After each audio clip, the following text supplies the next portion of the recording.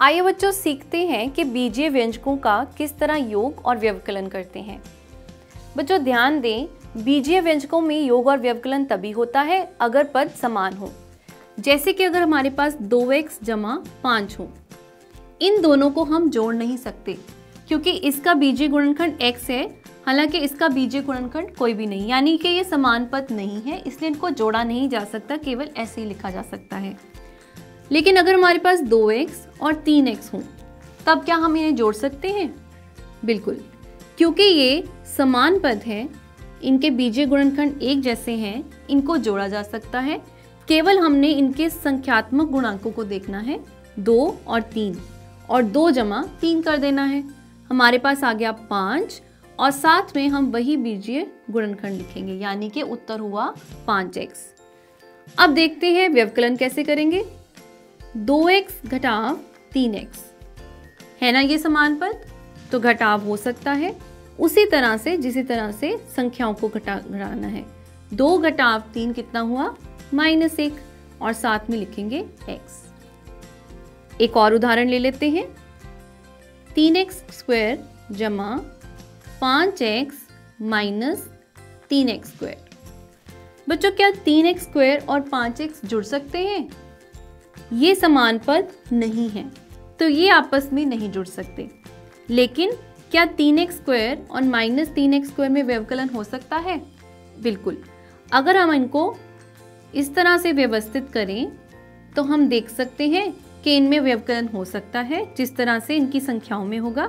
3 - 3 0, 0x² जमा 5x। 0x² 0 ही होगा और केवल हमारे पास बचा 5x। तो बच्चों इस तरह से हम समान पदों के बीच जोड़ और घटा सकते हैं। तो आइए बच्चों एक प्रश्न करते हैं। 3mn - 5mn 8mn - 4mn को जोड़िए। तो आपको कुछ एक पद ही दे रखे हैं, आपने इनको जोड़ना है। जोड़ना है तो बीच में जोड़ का निशान लिखेंगे, क्योंकि यहाँ पर 2 चिन्ह इकट्ठे आ रहे हैं तो हमें ब्रैकेट लगानी पड़ेगी। अब 8mn जोड़ेंगे, फिर जब -4mn जोड़ना है फिर से हमें ब्रैकेट लगानी पड़ेगी, क्योंकि हम 2 चिन्ह इकट्ठे नहीं लिख सकते। आइए अब ब्रैकेट को हटाने की कोशिश करते हैं। हमें पता है प्लस माइनस माइनस होता है, यहाँ पर तो जमा 8mn ही आ जाएगा, प्लस माइनस माइनस होता है। तो बच्चों ये हमारे पास 4 पद हैं और निश्चय ही ये समान पद हैं, क्योंकि सब में जो चर है वो m और n ही है। तो ये आपस में जुड़ भी सकते हैं और घटाए भी जा सकते हैं।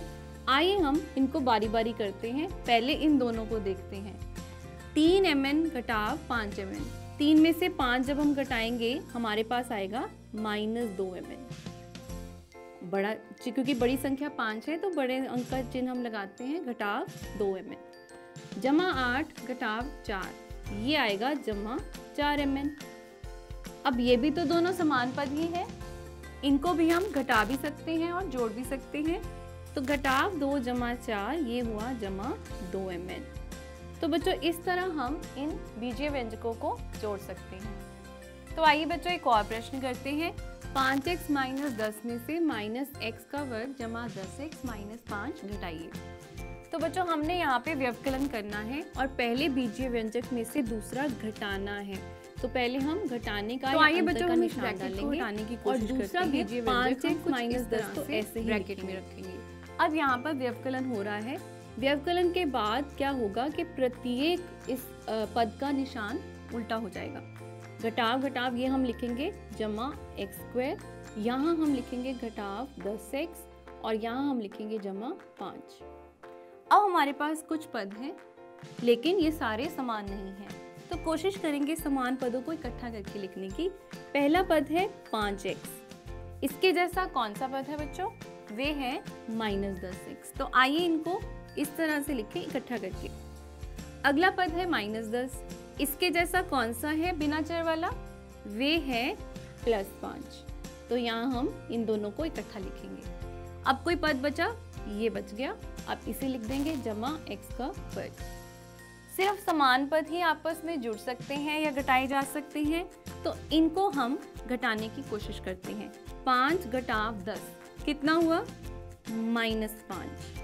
साथ में लगाएंगे चर x, -10 जमा 5 ये हुआ -5। ये तो अकेला ही है, इसके जैसा कोई भी पद नहीं है, तो हम इसको ऐसे ही जमा x का वर्ग लिखेंगे। और अगर हम चर की घटती हुई घात के अनुसार लिखें तो हमारे पास आएगा x का वर्ग घटाव 5x घटाव 5। तो ये हमारा उत्तर हुआ। बच्चों आइए सीखते हैं किसी बीजीय व्यंजक का मान कैसे ज्ञात करते हैं। आप जानते हैं बीजीय व्यंजक में चर भी होते हैं, तो यदि हमें बीजीय व्यंजक का मान ज्ञात करना है तो हमें चर का मान पता होना चाहिए, और बीजीय व्यंजक का मान उस चर के मान पर निर्भर करता है। जैसे कि लेते हैं एक बीजीय व्यंजक 2x जमा 5। अब यहाँ पर एक ही चर है x। यदि x का मान 0 हो तो 2x यानी 2 गुना 0 जमा 5, तो कितना हुआ 0 जमा 5 यानी के 5। अगर इसी तरह x का मान 2 हो तो हमारे पास ये आ जाएगा 2 गुना 2 जमा 5 यानी 2 दूनी 4 जमा 5 यानी के 9। तो देखा बच्चों किस तरह x के मान पर निर्भर हुआ कि हमारे बीजीय व्यंजक का मान क्या होगा। तो आइए बच्चों एक और प्रश्न करते हैं। a² जमा ab जमा b² का मान ज्ञात कीजिए यदि a बराबर 2 और b बराबर -2 दिया हो। तो जब बच्चों a² जमा ab जमा b², अब इसमें दो तरह के चर हैं a और b। हमें इनका मान भी दे रखा है, तो हमने इन चरों की बजाय इनके मान को डालना है। a की जगह क्या डालेंगे 2, लेकिन ऊपर वर्ग का निशान तो डालेंगे 2 का वर्ग, जमा a की जगह डालेंगे 2, b की जगह -2। पर ध्यान रखें यहाँ पर हम ब्रैकेट डालेंगे क्योंकि वैसे भी ये ab का मतलब है गुना हो रहे हैं। फिर से जमा b का वर्ग यानी कि -2 का वर्ग। आइए अब इसे हल करते हैं। 2 का वर्ग हुआ 2 दूनी 4। यहाँ पर दो संख्याएं गुना हो रही हैं, 2 दूनी 4 और इनके चिन्ह भी गुना होंगे प्लस माइनस माइनस, जमा -2 का वर्ग यानी -2 गुना -2 कितना हुआ ये जमा 4। तो यहाँ पर हम लिखेंगे 4। अब 4 घटाव 4 तो 0 होता है, 0 जमा 4 उत्तर आया हमारा 4। तो इस तरह a और b का मान डालकर हम पूरे इस व्यंजक का मान ज्ञात कर सकते हैं। आइए करते हैं एक और प्रश्न। यदि x बराबर 0 पर 2x वर्ग जमा x माइनस a का मान 5 के बराबर है तो a का मान क्या होना चाहिए।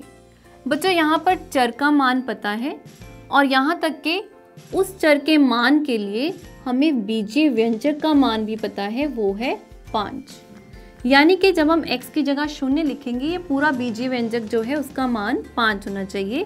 तो 2 गुना 0 का वर्ग जमा 0 माइनस a बराबर 5।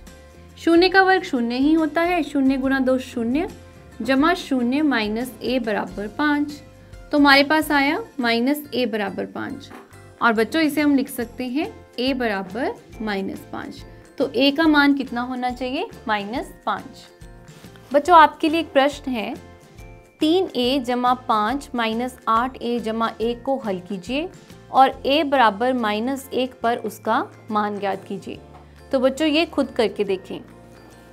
बच्चों हमने पिछली कक्षा में भी किया कि किस तरह माचिस की तीलियों से बने S के पैटर्न बनाने के लिए आवश्यक तीलियों की संख्या के लिए हमने एक सूत्र बनाया था और वो था 5x यदि बनाने वाले S की संख्या x है।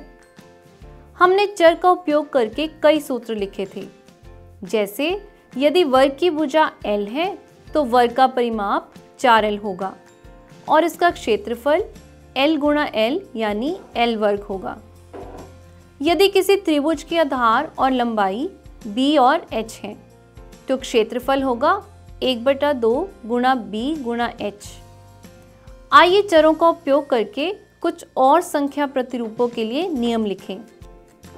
बच्चों अगर कोई प्राकृत संख्या n है तो उसका परवर्ती यानी उससे अगली संख्या क्या होगी n जमा 1। जैसे कि अगर कोई प्राकृत संख्या 10 है तो उससे अगली संख्या होगी 11। यदि कोई प्राकृत संख्या n है तो कोई सम संख्या कैसे लिखी जा सकती है, वे लिखी जा सकती है 2n। और कोई भी विषम संख्या 2n जमा 1। आइए एक उदाहरण लेते हैं। यदि n 1 है तो 2n हुआ, 2 गुणा 1 यानी 2, जो कि एक सम संख्या है। और 2n जमा 1 हुआ, 2 गुणा 1 जमा 1 यानी कि 3, जो कि एक विषम संख्या है। आइए माचिस की तीलियों से P के प्रतिरूप बनाते हैं। एक P बनाने के लिए हमें इस तरह से 5 तीलियां चाहिए। 2 P बनाने के लिए हमें 5 गुना 10 नहीं, हमें केवल 9 तीलियां चाहिए। और 3 P बनाने के लिए कितनी तीलियां चाहिए होंगी? हमें 13 तीलियां चाहिए। तो बच्चों, यदि बनने वाले P की संख्या चर हो यानी कि n हो, तब हमें कितनी तीलियों की आवश्यकता होगी? आइए हमने जो देखा है उसे सारणी में लिखें। बनने वाले P की संख्या और आवश्यक तीलियों की संख्या।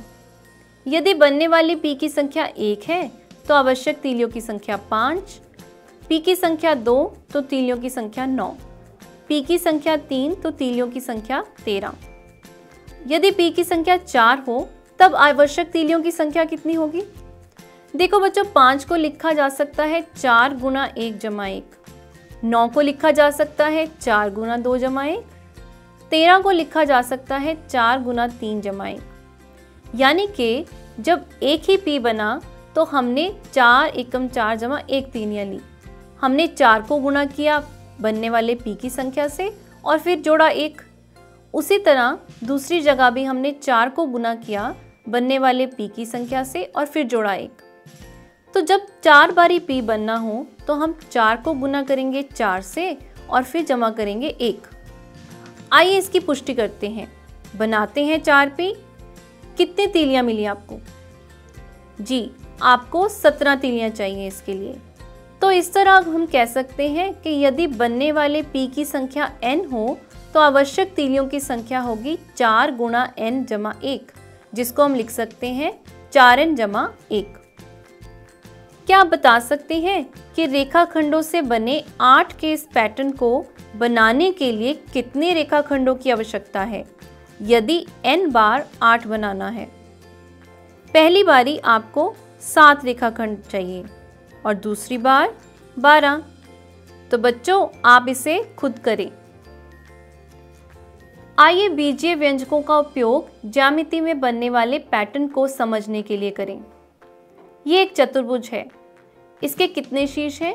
4। एक शीर्ष से बनने वाले विकर्ण कितने हैं? केवल 1। अब इस पंचभुज को देखें। इसमें कुल कितने शीर्ष हैं? 5। और प्रत्येक शीर्ष से बनने वाले विकर्ण वे हैं 2।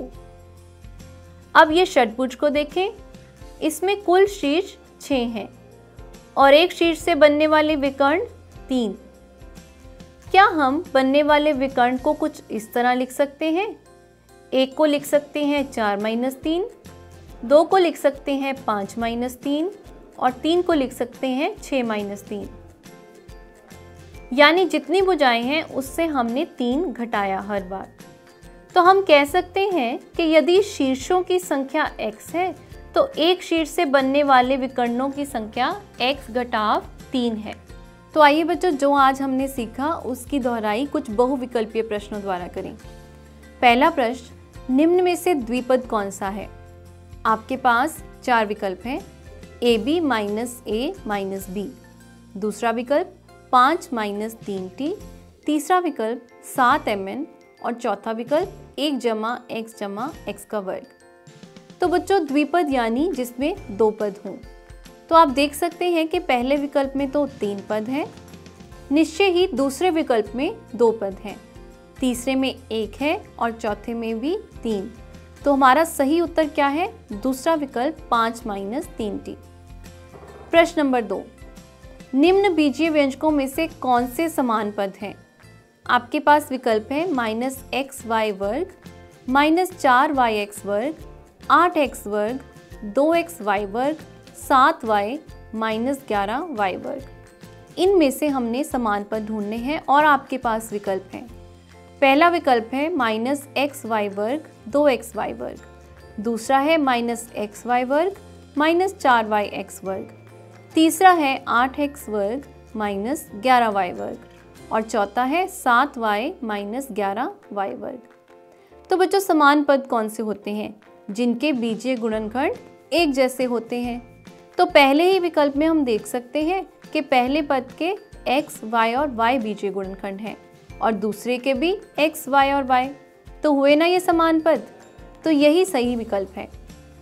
प्रश्न नंबर 3, यदि किसी संख्या पैटर्न के पद 5, 8, 11, 14 इत्यादि हों तो इस पैटर्न को किस बीजीय व्यंजक द्वारा दर्शाया जा सकता है? आपके पास 4 विकल्प हैं। पहला 3n, दूसरा 3n जमा 1, तीसरा 3n जमा 2 और चौथा 3n माइनस 1। तो बच्चों हम देखते हैं कि हमारी संख्याएं किस पैटर्न के हिसाब से हैं। अगर हम 3n का पैटर्न लें तो पहला तो 3 गुना कुछ लिखा ही नहीं जा सकता, यानी 5 को हम नहीं लिख सकते 3 गुना किसी संख्या के, तो ये तो सही नहीं बैठता। दूसरा देखते हैं 3n जमा 1।